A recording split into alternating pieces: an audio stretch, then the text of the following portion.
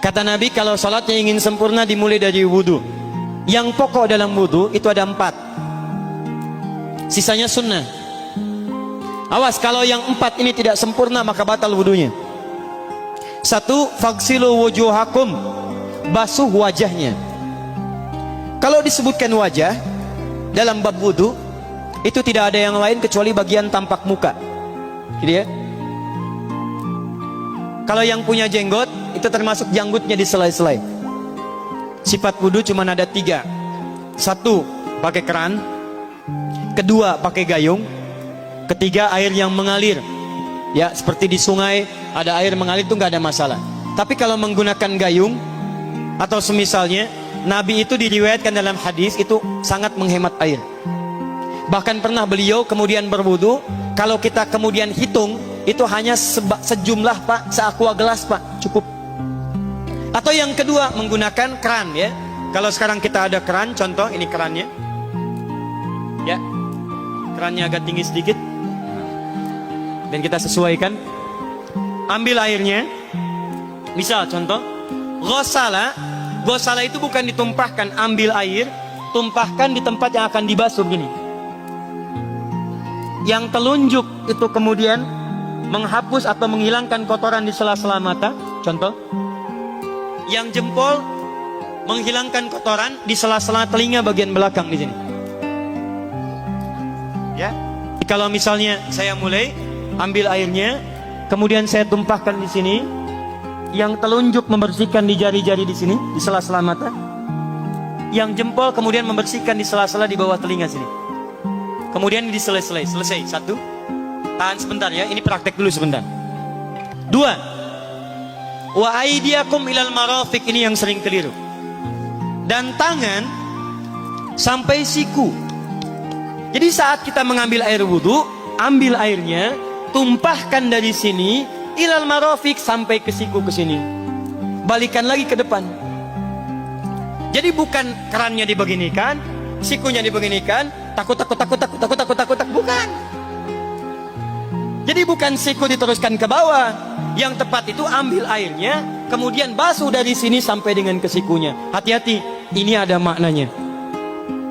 Dan jika benar di hadis Muslim, jika orang wudunya benar seperti ini, maka bersamaan dengan jatuhnya air wudu itu, jatuh pula dosa-dosa dan kotoran yang melekat pada anggota tubuhnya. Tidak cukup dengan amin, nanti kita lihat dulu. Tangan selesai pindah kemana? Bukan ke rambut, tapi kepala. Jadi dalam bab wudu yang diusap bukan rambutnya, kepalanya. Itulah keadilan Allah. Kalau yang diusap kepalanya, semua manusia yang hidup pasti punya kepala. Tapi kalau yang diusap rambutnya, ada ketidakadilan karena tidak semua orang punya kepala, punya rambut. Tuh. Nah sekarang lihat sini. Ketika kita diminta mengusap kepala, bahasanya masaha. Masaha itu begini. Ini saya punten. Bismillah. Ini ya. Ambil airnya, tumpahkan, baru kemudian diusapkan ke kepalanya. Paham ya? Kalau yang ghasala, ambil, tumpahkan di tempat yang akan dibasuh. Tapi kalau masaha, hati-hati. Ambil airnya, tumpahkan, baru diusap. Jadi bukan diambil air, tumpahkan di kepala begini. Yang dibasuh kepalanya bukan rambutnya. Jadi kalau ada laki-laki sudah dandan, sisiran, rapi, tiba-tiba keran dibuka, yang diusap cuma rambutnya, ulak. Nah, itu batal wudunya. Tidak sah. Terus diulang. Terakhir kaki dibasuh sampai dengan bagian mata kakinya, dan ini tidak perlu saya terangkan karena mudah bagi kita untuk mempraktekannya. Tapi yang ingin saya jelaskan satu ini saja. Perhatikan baik-baik. Yang 4 ini wajib wudu. Tambahannya sunnah. Niat dimasukkan dalam wajibnya. Lihat sini. Kumur-kumur sunnah. Telinga sunnah. Istinsyak sunnah. Yang 4 ini wajib. Tapi terlepas dari wajib dan sunnahnya, perhatikan baik-baik. Kenapa ini disebut dengan wudu? Dan hebatnya Al-Quran mengistilahkannya dengan toharah. Toharah. Apa itu toharah? Apa itu suci? Toharah. Apa itu toharah? Suci. Apa itu suci? Toharah. Ada toharah, ada nadhafah, itu beda.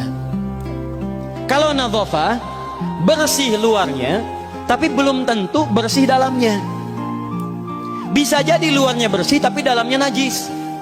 Misal hewan yang paling najis apa? Yang haram. Misal hewan tadi itu, hewan babi misalnya, misal dibersihkan, dimandikan, disisir sampai bersih. Bersih tidak? Bersih, bersih. Tapi halal tidak? Suci tidak? Tidak. Al-khinziru nadhifun walakinnahu ghairu tahir. Babinya bisa bersih tapi tetap tidak halal, tidak suci dia, tetap haram, tetap najis. Paham? Tapi kalau bersih luarnya dan suci dalamnya, maka kalimatnya berubah dari nadhafah jadi taharah. Taharah. Orangnya disebut dengan tahir.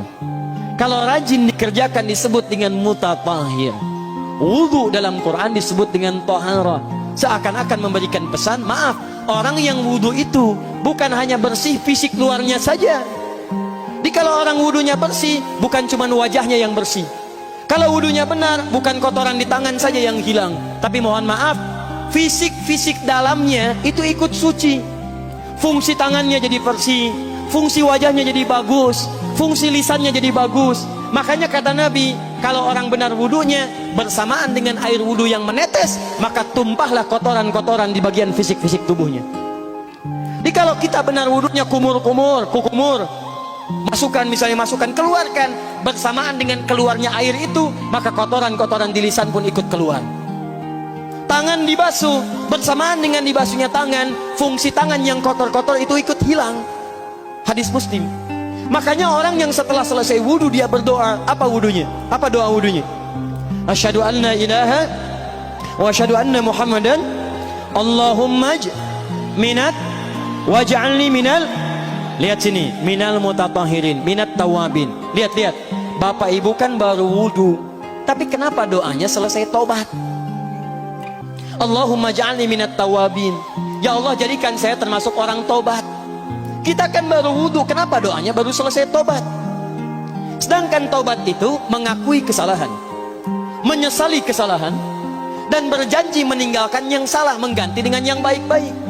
Makanya kalau orang wudunya benar itu, begitu dia kumur-kumur, dia ingat kesalahan apa yang dikerjakan oleh lisan ini. Jadi begitu kemudian ditumpahkan airnya, hilang kotorannya. Maaf, yang suka mencela wudu, selesai wudu tidak akan mencela lagi karena tobat dari celaan. Makanya kalau wudu Anda benar, coba ingat-ingat, siapa korban dari lisan Anda yang tajam itu? Apakah ibu Anda yang pernah menangis karena lisan Anda? Apakah ayah Anda yang kecewa karena kalimat-kalimat Anda? Apakah tetangga Anda yang menjauhi Anda karena kata-kata kotor Anda? Kalau tiap hari Anda wudu, tapi kemudian lisan Anda masih kotor juga, ada yang salah. Anda cuma menghabiskan air untuk menghilangkan kotoran di lisan. Itu tanda pertama. Tangan basuh. Makanya orang yang wudunya benar, tangannya tidak akan berbuat yang kotor lagi sampai ke ujung kakinya. Karena itulah ibadah ini disebut dengan wudu, seakar dengan kata dau. Kata para ulama, mereka sebagian mengatakan dau artinya cahaya, dau artinya sinar, dau artinya al-husnu, baik budi pekerti. Kalau orang benar wudunya, bertambah sinar di tangannya, sinar di wajahnya, sinar di lisannya. Apa sinar itu? Di dunia sinar-sinar amaliyah kebaikan, sifat-sifat baik, di akhirat pancaran-pancaran kemuliaan. Satud'a ummati yaumal qiyamati ghurral muhajjalin. Akan dipanggil umatku di hari kiamat dengan banyak cahaya melekat di tubuhnya. Tangannya ada cahaya, matanya ada cahaya, wajahnya bercahaya, kakinya bercahaya. Cahaya apa itu? Kata Nabi, min atharil wudu, dari bekas wudunya. Jadi kalau kita benar wudunya, itu kita jadi orang baik. Ada cahaya kebaikan dalam diri kita. Itu yang disebut dengan tawabin. Makanya kalau Bapak Ibu tiap hari wudu, Allahumma ja'alni minat tawabin, tapi mulut tidak tobat, tangan tidak tobat, kaki tidak tobat, ada yang salah dengan wudunya. Waj'alni minal mutatahhirin, jadikan saya orang bersih dan suci. Jadi kalau selesai wudu, pakaian bersih, wajah bersih, tangan bersih. Ini pakaian bersih, pakai jas, pakai dasi, tapi tangan tidak bersih, korupsi juga, mencuri juga, menipu juga, ada yang salah dalam wudunya. Kalau kita bisa mengerjakan wudu ini dengan baik, maka naik status kita. Disebut sebagai, langsung oleh Al-Quran, disebut hamba yang dicintai oleh Allah subhanahu wa ta'ala. Di Quran surah kedua Al-Baqarah ayat 222. Saya tutup, lihat ayatnya. Ujung ayatnya, di ujung ayatnya, innallaha yuhibbut tawwabina wa yuhibbul mutatahhirin. Sungguh Allah akan sangat mencintai orang-orang yang tobat dan orang-orang yang terbiasa untuk bersuci. Kita selesai wudu mengatakan Allahumma ja'alni minat tawwabin waj'alni minal mutatahhirin. Dijawab oleh Allah, innallaha yuhibbut tawwabin wa yuhibbul mutatahhirin. Karena itulah orang yang rajin wudu adalah orang-orang yang dicintai oleh Allah Subhanahu wa taala.